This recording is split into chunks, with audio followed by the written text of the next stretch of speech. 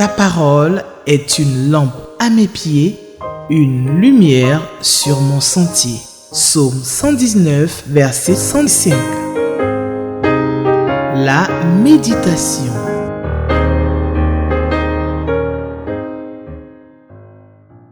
Chers amis lecteurs de la Bible, shalom à vous, que le Seigneur vous bénisse là où vous êtes. Vous êtes à votre émission journalière Méditons ensemble. Le lecteur de la Bible, édition 2025, nous propose de lire en cette journée le texte de Nombre, le chapitre 11 du verset 4 au verset 20.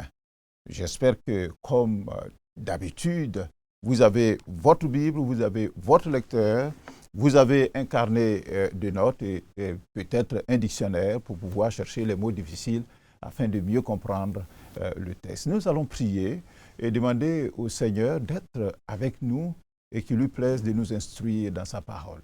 Prions le Seigneur. Seigneur, nous voulons te remercier pour cette grâce que tu nous fais de nous retrouver chaque jour à tes pieds et tu ne te lasses pas de nous enseigner ta parole pour notre vie, pour que notre chemin, nous puissions bien le faire et arriver à destination. Bénis ce moment dans le précieux nom de Jésus-Christ, notre Seigneur. Amen. Alors, avant de lire notre texte, retenons ceci que depuis le chapitre 10 du livre des Nombres que nous avons commencé donc à lire, nous l'avons laissé pour aller dans Matthieu et nous y revenons. Donc depuis le chapitre 10, le peuple d'Israël qui était stationné au bas du mont Sinaï a démonté ses tentes sur l'ordre bien sûr de l'Éternel afin d'entamer sa marche dans le désert mais en direction de la terre promise. Cette marche ressemble à bien d'égards à celle du chrétien pèlerin qu'il est sur cette terre. Des défis qu'il faut relever ou des difficultés à vaincre se dressent sur le chemin. Alors, malheureusement pour les Israélites, aussitôt engagés, la marche connaît des incidents dès les premiers défis. Dans Nombre, le chapitre 11, verset 1 au verset 3, donc les versets qui précèdent ce que nous allons lire, la Bible nous révèle que le peuple a excité la colère de l'Éternel par des murmures à Tabéra. Et le feu de l'Éternel s'est allumé parmi eux et a dévoré l'extrémité du camp. Notre texte d'aujourd'hui est la suite donc de cette marche qui vient juste d'être entamée. Et le lecteur a donné pour titre à notre texte, Nombre le chapitre 11, verset 4 au verset 20, a donné pour titre « En marche avec Dieu ». Pour nous aider à comprendre, deux questions nous sont proposées par le lecteur. La question numéro 2, est-ce que ce passage m'apprend quelque chose sur Dieu le Père, Dieu le Fils, Dieu le Saint-Esprit? Et puis la question numéro 3, y a-t-il un exemple à suivre ou à ne pas suivre? J'espère que vous avez trouvé votre texte, Nombre, le chapitre 11, et nous lisons à partir du verset 4. J'ai fait la lecture avec vous. Le ramassis de gens qui se trouvaient au milieu d'Israël fut saisi de convoitise. Et même les enfants d'Israël recommencèrent à pleurer et dire « Qui nous donnera de la viande à manger ?» Nous nous souvenons des poissons que nous mangions en Égypte et qui ne nous coûtaient rien, des concombres, des melons, des poireaux, des oignons et des aules. Maintenant, notre âme est desséchée, plus rien. Nos yeux ne voient que de la manne. Verset 7. La manne ressemblait à de la graine de coriandre et avait l'apparence du bdellium. Le peuple se dispersait pour la ramasser. Il la broyait avec des meules ou la pilait dans un mortier. Il la cuisait au pot et en faisait des gâteaux. Elle avait le goût d'un gâteau à l'huile. Quand la rosée descendait la nuit sur le camp, la manne y descendait aussi. Verset 10. Moïse entendit le peuple qui pleurait, chacun dans sa famille, et à l'entrée de sa tente. La colère de l'Éternel s'enflamma fortement. Moïse fut attristé, et il dit à l'Éternel, « Pourquoi affliges-tu ton serviteur, et pourquoi n'ai-je pas trouvé grâce à tes yeux, que tu aies mis sur moi la charge de tout ce peuple? Est-ce moi qui ai conçu ce peuple? Est-ce moi qui l'ai enfanté? Pour que tu me dises, et porte-le sur ton sein, comme le nourricier porte un enfant, jusqu'au pays que tu as juré à ses pères de lui donner. » Verset 13. Où prendrai-je de la viande pour donner à tout ce peuple? Car ils pleurent auprès de moi en disant, donne-nous de la viande à manger. Je ne suis pas à moi seul, je ne puis pas à moi seul porter tout ce peuple, car il est trop pesant pour moi. Plutôt que de me traiter ainsi, tue-moi, je te prie, si j'ai trouvé grâce à tes yeux, et que je ne vois pas mon malheur. Verset 16. L'Éternel dit à Moïse, assemble auprès de moi 70 hommes, des anciens d'Israël, de ceux que tu connais comme anciens du peuple et ayant autorité sur lui. Amène-les à la tente d'assignation et qu'ils s'y présentent avec toi. Je descendrai et là je te parlerai. Je prendrai de l'esprit qui est sur toi et je le mettrai sur eux, afin qu'ils portent avec toi la charge du peuple et que tu ne la portes pas toi seul. Verset 18. Tu diras au peuple, sanctifiez-vous pour demain et vous mangerez de la viande, puisque vous avez pleuré aux oreilles de l'Éternel en disant, qui nous fera manger de la viande? Car nous étions bien en Égypte. L'Éternel vous donnera de la viande et vous en mangerez.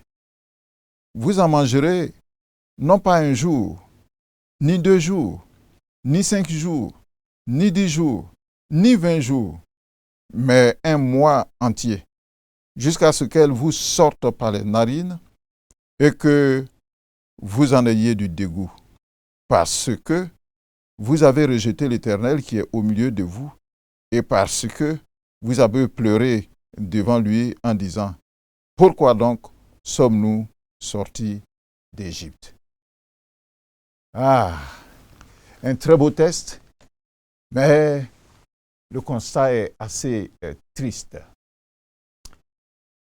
Lors du départ des Israélites de l'Égypte, les textes bibliques nous apprennent que d'autres peuples les ont suivis. Exode, le chapitre 12 et le verset 38 dit que c'est une multitude de gens de toute espèce qui montèrent avec eux. Ils avaient aussi des troupeaux considérables de brebis et de bœufs. Alors, cette multitude aura malheureusement un impact très négatif sur le peuple de Dieu. En effet, nous avons lu il y a quelque temps en arrière 1 Corinthiens, le chapitre 15, le verset 33, qui dit que les mauvaises compagnies corrompent les bonnes mœurs. Notre texte nous dit que, au verset 4, que le ramassis de gens qui se trouvaient au milieu d'Israël fut saisi de convoitise. Donc la convoitise est partie de ce ramassis-là, c'est-à-dire de cette mauvaise compagnie, on pourrait le dire. Et le texte nous dit que, et même les enfants d'Israël recommencèrent à pleurer et dire, qui nous donnera de la viande à manger? On a vu du verset 1 au verset 3 de notre texte qu'ils avaient déjà murmuré et le Seigneur avait mis le feu dans une partie du camp. Jacques, la lettre de Jacques, le chapitre 1, le verset 14, nous dit que chacun est tenté quand il est attiré et amorcé par sa propre convoitise. Mais qu'est-ce qui a provoqué la convoitise de ce ramassis de gens et qui finalement a contaminé les Israélites? C'est tout simplement le souvenir et l'amour des choses du passé. Le souvenir et l'amour des choses du passé. Le verset 5 nous précise d'ailleurs. Il nous dit, nous nous souvenons des poissons que nous mangions en Égypte et qui ne nous coûtaient rien. Des concombres, des melons, des poireaux, des oignons et des aules. Les aules, c'est l'ail. Alors, cette longue énumération fait contraste avec la manne, toujours la manne et la même manne. Alors, de la réaction du peuple, nous pouvons noter deux mauvaises attitudes. La première attitude qui est mauvaise, c'est que ce peuple a la mémoire trop courte. Le peuple est un peu amnésique. Le peuple n'a pas su se souvenir et capitaliser les bienfaits de Dieu. En effet, ce même peuple venait juste d'être délivré de l'esclavage en Égypte par une main puissante de l'Éternel. Cette délivrance avait fait l'objet de cantiques de reconnaissance à Dieu et même de danses de réjouissance devant l'Éternel. Mais il n'a fallu que quelques mois à ce peuple pour perdre le souvenir de ce grand et puissant événement et puis commencer à murmurer contre ce Dieu-là, l'Éternel des armées. Ça, c'est la première attitude qui n'est pas bonne. Deuxième attitude qui n'est pas bonne, c'est que le peuple est difficile à satisfaire puisque ce peuple est insatiable. Depuis la sortie d'Égypte, l'Éternel a toujours et suffisamment nourri son peuple de manne. Le verset 7, et à partir du verset 7 d'ailleurs, on nous donne la description de cette manne. Il est dit que la manne ressemble à de la graine de coriandre et avait l'apparence du bdellium. Le peuple se dispersait pour la ramasser. Il la broyait avec des meules ou la pilait dans un mortier. Il la cuisait au pot et faisait des gâteaux. Elle avait le goût d'un gâteau à l'huile. C'est ce que le peuple mangeait de la main de l'Éternel, son Dieu. Malgré la quantité suffisante et la qualité de la manne qui pouvait être appréciée et apprêtée, j'allais même dire, de diverses manières, le peuple a murmuré contre son Dieu. Alors, de la lassitude, ils avaient cette lassitude à manger la même nourriture, le même plat, tout en oubliant que cette situation n'était que transitoire, le temps d'arriver en terre promise. Ils ont oublié qu'ils sont en pèlerinage dans ce désert. Ainsi, rongés par les souvenirs du passé, la convoitise du manger et du boire, que le ramassis de gens qui les suivaient ne cesse d'évoquer, le peuple ne rêve plus au pays que le Seigneur leur a promis où coule le lait et le miel. Mais le peuple regrette les mets qui accompagnaient la souffrance de l'esclavage en Égypte. Nous voulons des concombres, nous voulons du melon, nous voulons du poireau, nous voulons de l'oignon, nous voulons de l'ail. Voilà ce qui les préoccupait. Ah, comment si peu de choses peut-il rendre aussi malheureux tout un peuple, jusqu'aux larmes, jusqu'à des lamentations, et l'éloigner ainsi d'un objectif aussi grand et aussi beau, la terre promise. Le verset 4 que nous avons lu nous dit que les enfants d'Israël recommencèrent à pleurer parce qu'ils ne mangent pas de l'oignon, parce qu'ils ne mangent pas de concombre, parce qu'ils ne mangent pas du poisson. Et pour les enfants d'Israël, sans viande, sans poisson, sans concombre, sans melon, il est dit au verset 6 que leur âme est desséchée. Ils trouvent que leur âme est desséchée. Parce qu'ils ne voient plus rien que de la manne. Ils regrettent même d'être sortis d'Égypte. Le verset 20, entre autres, le dernier verset que nous avons lu, nous dit que, et c'est le Seigneur qui parle, il dit, vous avez rejeté l'Éternel qui est au milieu de vous, et vous avez pleuré devant lui en disant, pourquoi donc sommes-nous sortis d'Égypte? Ils ont oublié la souffrance, ils ont oublié l'esclavage, mais ils se rappellent du poisson, de l'ail, des concombres, du poireau qu'ils mangeaient. L'on peut déduire ici que l'espoir en Dieu pour les enfants d'Israël, l'espoir a disparu. Car la convoitise a obscurci leur intelligence et effacé de leur mémoire tout ce que Dieu avait fait. L'ingratitude est à son comble en ce moment-là. Rappelons-nous un texte de Jacques, le chapitre 1 et le verset 15, qui nous dit que la convoitise, lorsqu'elle a conçu, enfante le péché, et le péché étant consommé, produit la mort. Et c'est le texte aux Romains, un verset aux Romains qui dit que le péché produit la mort. Le salaire du péché, c'est la mort. En effet, un violent mécontentement s'est répandu dans tout le peuple. Une révolution se prépare. L'insatisfaction a engendré la convoitise et l'ingratitude a produit les murmures.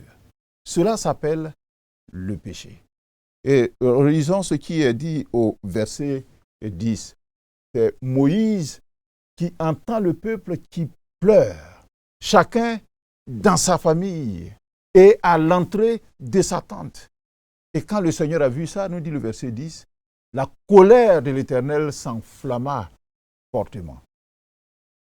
Le Seigneur Jésus nous enseigne dans Luc le chapitre 9, le verset 62, que quiconque met la main à la charrue et regarde en arrière n'est pas propre au royaume de Dieu.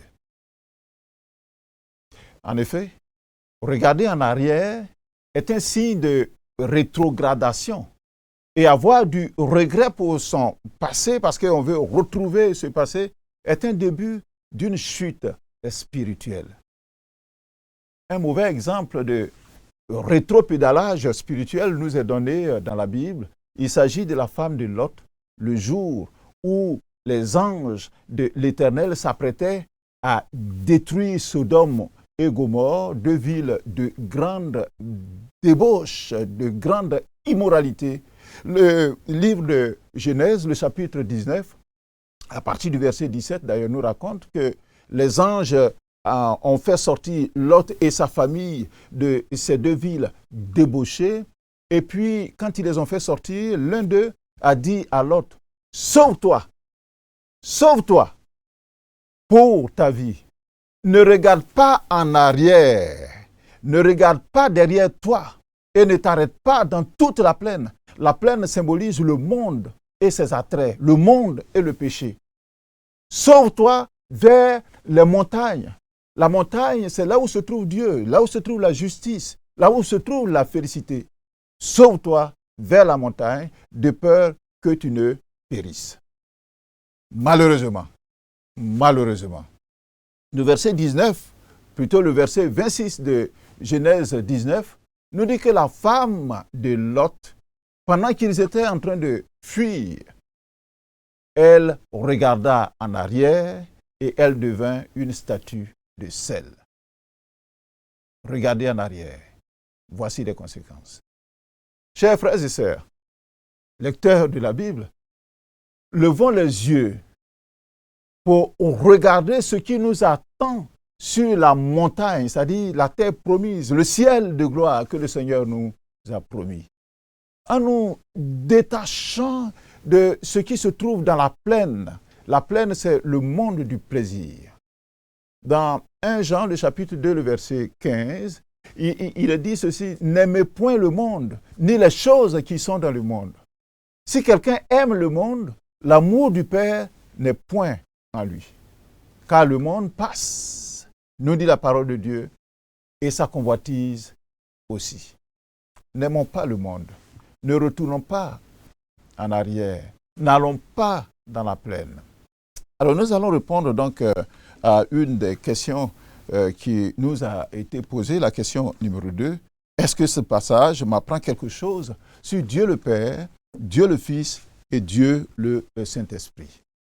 La première chose que le passage nous apprend, c'est que les murmures irritent le Seigneur. Le verset 10 que nous avons lu nous dit que le peuple pleurait, chacun dans sa famille et à l'entrée de sa tente. La colère de l'Éternel s'enflamma fortement. Parce que plutôt que de murmurer et se lamenter, c'est-à-dire pleurer, il faut formuler une prière à Dieu de ce qu'on vit, de ce qu'on voudrait, et attendre sa réponse. C'est aussi simple que cela. Arrêtons les murmures, arrêtons les lamentations, transformons nos besoins en prière et exprimons-les au Seigneur qui sait nous bénir. S'il ne nous donne pas, il nous dira pourquoi il ne nous donne pas. Parce que c'est mieux pour nous qu'il ne nous donne pas. Et s'il trouve que notre demande est fondée, il nous donnera. Qu'est-ce que ça nous apprend encore sur Dieu? C'est que Dieu est juste dans ses jugements. Du verset 16 au verset 20, nous voyons que Dieu est toujours plein de compassion pour la faiblesse de ses enfants. Mais aussi, il est toujours décidé à les reprendre quand il le mérite. Le Seigneur châtia et exauça Moïse tout à la fois. Il le châtia en lui ôtant une partie, il lui a enlevé une partie de son autorité et de ses prérogatives de conducteur d'Israël. C'est le verset 17 qui nous le dit. Il dit, je prendrai de l'esprit qui est sur toi et je le mettrai sur les 70 personnes que tu vas trouver afin qu'ils portent avec toi la charge du peuple et que tu ne portes pas à toi seul cette charge-là. Et le Seigneur, il exauça Moïse et il lui ôta donc ce sentiment d'isolement qu'il ressentait en lui donnant pour aide afin de porter le fardeau donc du peuple 70 anciens sur lesquels le Seigneur mit son esprit. Après quoi, le Seigneur va promettre au peuple, par Moïse bien sûr, d'envoyer de la viande à manger et même en une quantité telle que pendant si longtemps, le peuple donc va manger et le peuple même va s'en dégoûter. Cela veut dire que le Seigneur était capable de donner cette viande-là, mais la manière de l'exprimer compte beaucoup. Qu'est-ce qui est impossible à Dieu? Alors pourquoi murmurer? Pourquoi se lamenter? Il faut exprimer juste ce qu'on ressent et de la bonne manière au Seigneur. La deuxième question qui nous a été posée, c'est y a-t-il un exemple à suivre ou à ne pas suivre? On va commencer par les exemples à ne pas suivre dans notre texte. Le premier exemple à ne pas suivre, c'est le peuple d'Israël qui s'est laissé induire en erreur par l'attitude du ramassis de gens qui le suivaient.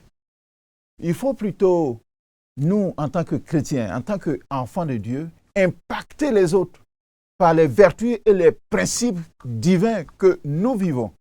Et non le contraire. Il faut se lier de bonnes compagnies.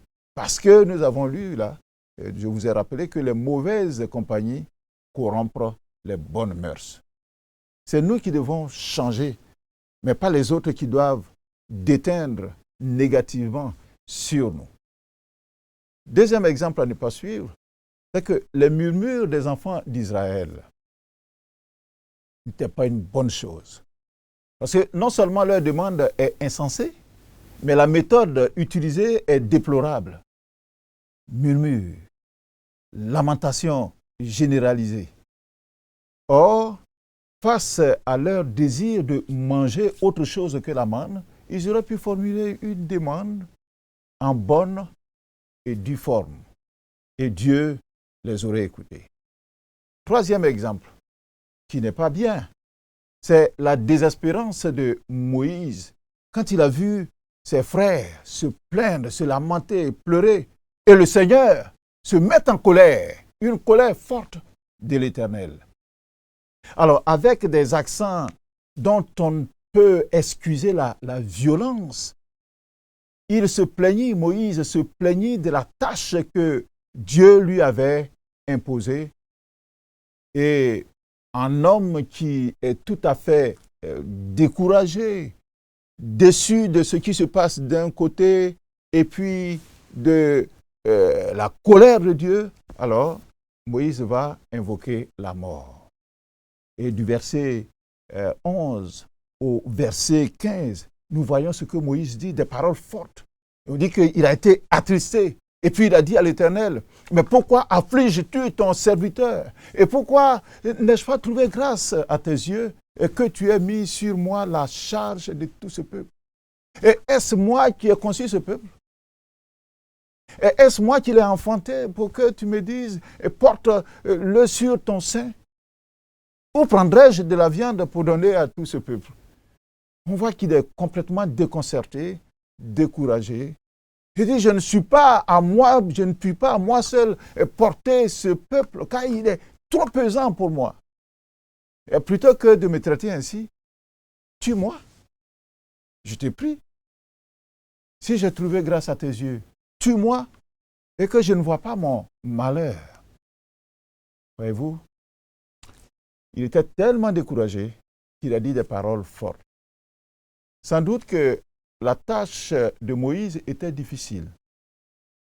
Comme c'est le cas bien souvent des chrétiens, des serviteurs de Dieu, mais en présence du Seigneur et de ses promesses, est-il jamais permis de désespérer? Non.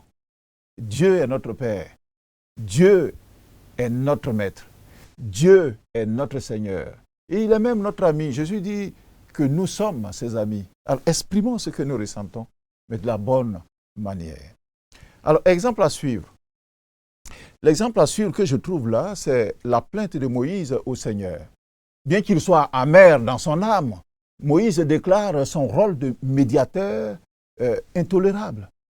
Car il se trouve entre le peuple qui réclame de lui l'impossible et Dieu qui, dans sa colère, se détourne donc du peuple. Et Moïse, il reste seul. On appelle ça bien souvent la solitude du leader. Il est chargé d'une tâche écrasante. Et dans son découragement, il appelle la mort. Cette plainte était justifiée. La formulation peut-être pas très bien. Aussi l'Éternel ne le blâme-t-il point. Et Moïse a été assez hardi dans son langage. Il tient compte de l'angoisse. Le Seigneur va tenir compte donc de l'angoisse de son serviteur et il va lui venir en aide. D'abord, en lui associant des aides, puis en intervenant directement par l'envoi de cailles, comme viande que le peuple a réclamé. Alors, résumons tout ce que je viens de dire en trois phrases. Qu'est-ce qu'on peut retenir en vue de la victoire sur les défis qui se dressent sur notre chemin de pèlerin sur cette terre en tant que chrétien? Il faut retenir une chose de par notre thèse. Les mauvaises compagnies corrompent les bonnes mœurs. Si nous voulons aller loin, ce qui nous tire vers le bas, il faut s'en débarrasser. Les mauvaises compagnies corrompent les bonnes mœurs. Si vous aviez des amis avec lesquels vous alliez faire la bamboula, quand on devient chrétien, il faut s'en débarrasser. Si des gens vous tirent vers des choses qui sont prohibées par la Bible, il faut s'en débarrasser. Deuxième chose que nous devons retenir, la convoitise enfante le péché et le péché donne la mort. Parce que le péché éloigne l'homme de Dieu. Évitons la convoitise. Évitons de regarder derrière. Évitons de reprendre ce que nous avons vomi, qui n'est pas une bonne chose, d'aller le reprendre pour réavaler. Non, évitons la convoitise. Et troisième chose, la colère est mauvaise conseillère. Quand nous sommes en colère, restons sereins. Tournons-nous vers le Seigneur et de la bonne manière, exprimons-lui notre sentiment. Il est toujours là pour nous aider. Nous sommes à la fin du temps qui nous est imparti et nous allons demander au Seigneur de bénir cette parole que nous avons lue et que nous allons réfléchir encore toute la journée pour en tirer la substance qu'il nous faut pour notre marche de pèlerin sur cette terre. Priez avec moi, chers téléspectateurs.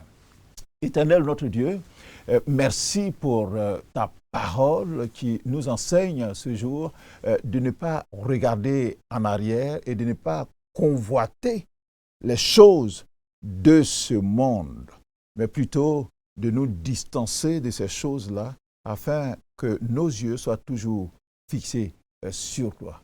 Parce que sinon, nos yeux vont se détourner de ce qui est essentiel, ton royaume. Aide-nous, Seigneur. Aide-nous à nous attacher à toi et à regarder les choses de ce monde comme de la boue, comme ton serviteur Paul l'a dit, et à nous consacrer à l'essentiel. Fais-le pour nous, pour tous les auditeurs, au nom de Jésus-Christ. Amen. Vous retrouverez dans le lecteur, à la page 25, un autre commentaire sur le même texte pour votre enrichissement spirituel. Dieu vous bénisse. Shalom. Demain, un autre jour, un autre texte, une autre bénédiction qu'il ne faut pas rater. À bientôt.